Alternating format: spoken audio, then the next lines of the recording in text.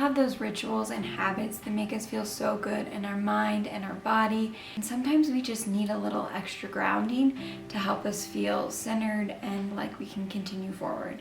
And from my personal experience through the last 2.5 years of going through this health journey with my husband, I have found that grounding practices are absolutely vital. Using these tools nearly every day help me to feel more optimistic, present, and grounded, which makes me just feel like I can handle whatever comes at me and not feel overwhelmed, or as overwhelmed as I might feel if I didn't have these practices. So let's get into what they are. Number 1 is a daily communion with yourself. And what I mean by that is taking 20 minutes, ideally in the morning, to do something that makes you feel really held and really grounded and really present. And that's gonna look different for every single person.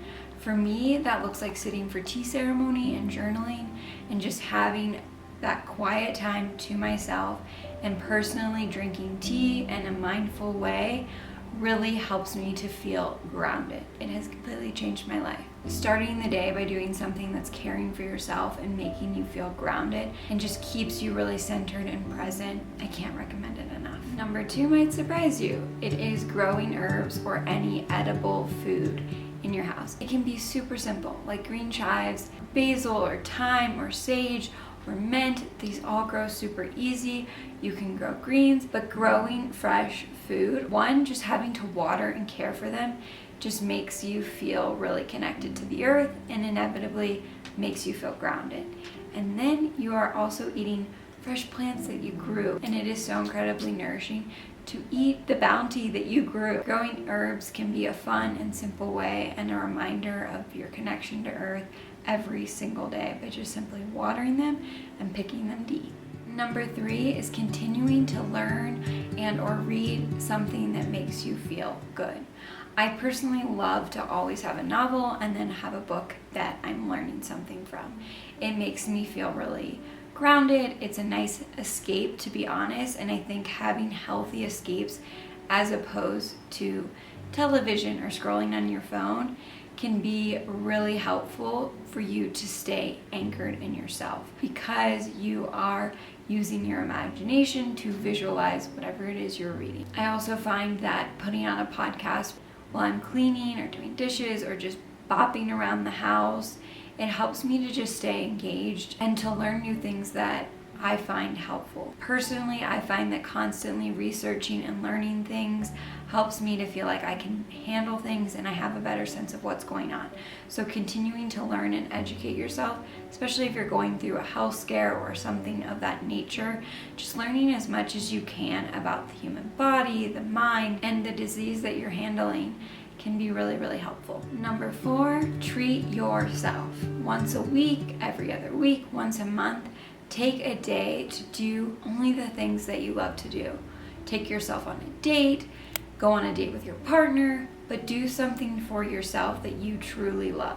For me, this looks like ideally once a week. I do it on Fridays. I have a day that's for me. And this started because I had to go to physical therapy down in the big town. And I was like, well, I'll do the things that I want to do on those days. Like go to the shops that I want to, go to the creek, go to the library, the things that I want to do and not feel rushed. And I have found it incredibly helpful to have this one day a week where I get to do what I want to do at my pace and there's no one that I have to accommodate but myself. And it can look so vastly different. You could go to a museum, you could simply go to the coffee shop and get yourself a coffee. You could go to your local shop and buy your favorite little treat, or go to the bookstore, whatever would make you feel really good, whatever you feel like you're craving. Allow yourself that one day a week, every other week or month to do that for yourself. It is so important. Number 5 is an odd one. It is to mouth tape. When you go to sleep, you put on a little piece of tape. I use medical tape, and you sleep with it on. It forces you to breathe out of your nose instead of your mouth, which then helps with you getting a deeper night's sleep, which then inevitably you wake up feeling so refreshed and recharged, and that is so grounding. If you feel like you've had a good night's sleep and you're not feeling groggy, that is a great foundation to go into the rest of the day. Can't recommend mouth taping enough. I have found it to be so effective. Number 6, get outside and get the sun on your eyes when you wake up.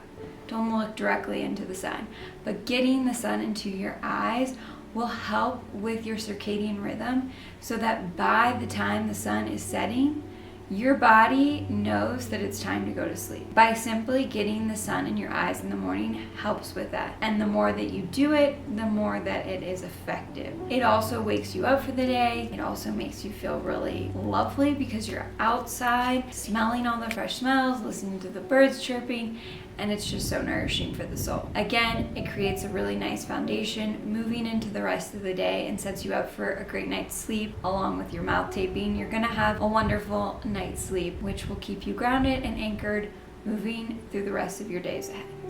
Number 7, write physical to-do list, not using your phone. I love my phone as much as the next person, but it is not great for us to be on our phone all the time. And I say that as a message for myself as well.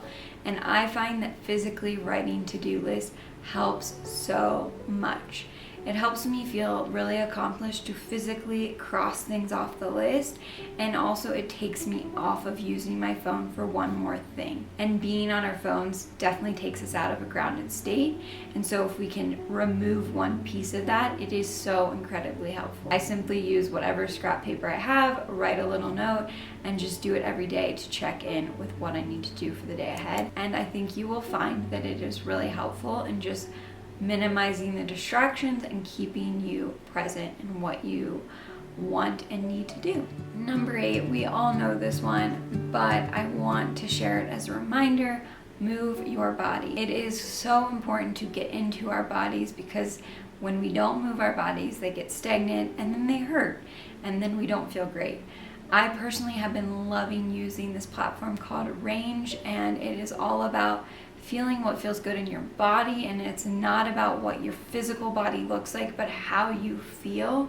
And I think that is so important, and especially as a woman, to have a space where you can really feel like what just feels good in my body, and I don't have to force things, and I'm not doing this to get a 6-pack. I'm just doing this for the sake of nourishing my body, which inevitably nourishes your mind, and you just feel better. Find a practice of movement that you enjoy, that feels good for your mind and your body, and do it as often as you can. I aim to take a movement class at least 5 days a week, and some weeks it's only twice, or I miss it, and that's okay. I also love getting out for walks, but moving your body is so, so vital. I've got a bonus for you, number 9, which is to switch your lights from regular yellow lights to red light bulbs. It will change everything. If you want even better sleep and you want to feel grounded throughout the whole day, switching your light bulbs to red light bulbs will change it.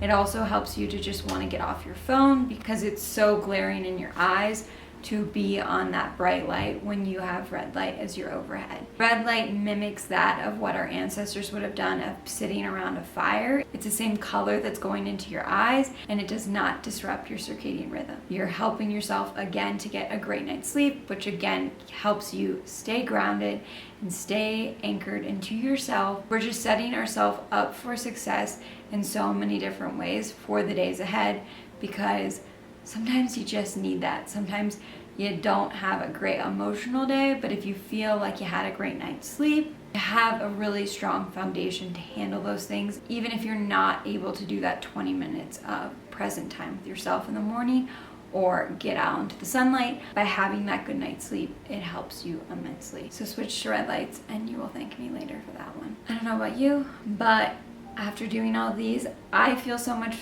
more grounded and present and like I can handle anything, and I hope you do too. Let me know if you try these out and how they go. Let me know in the comments, and I will see you next week.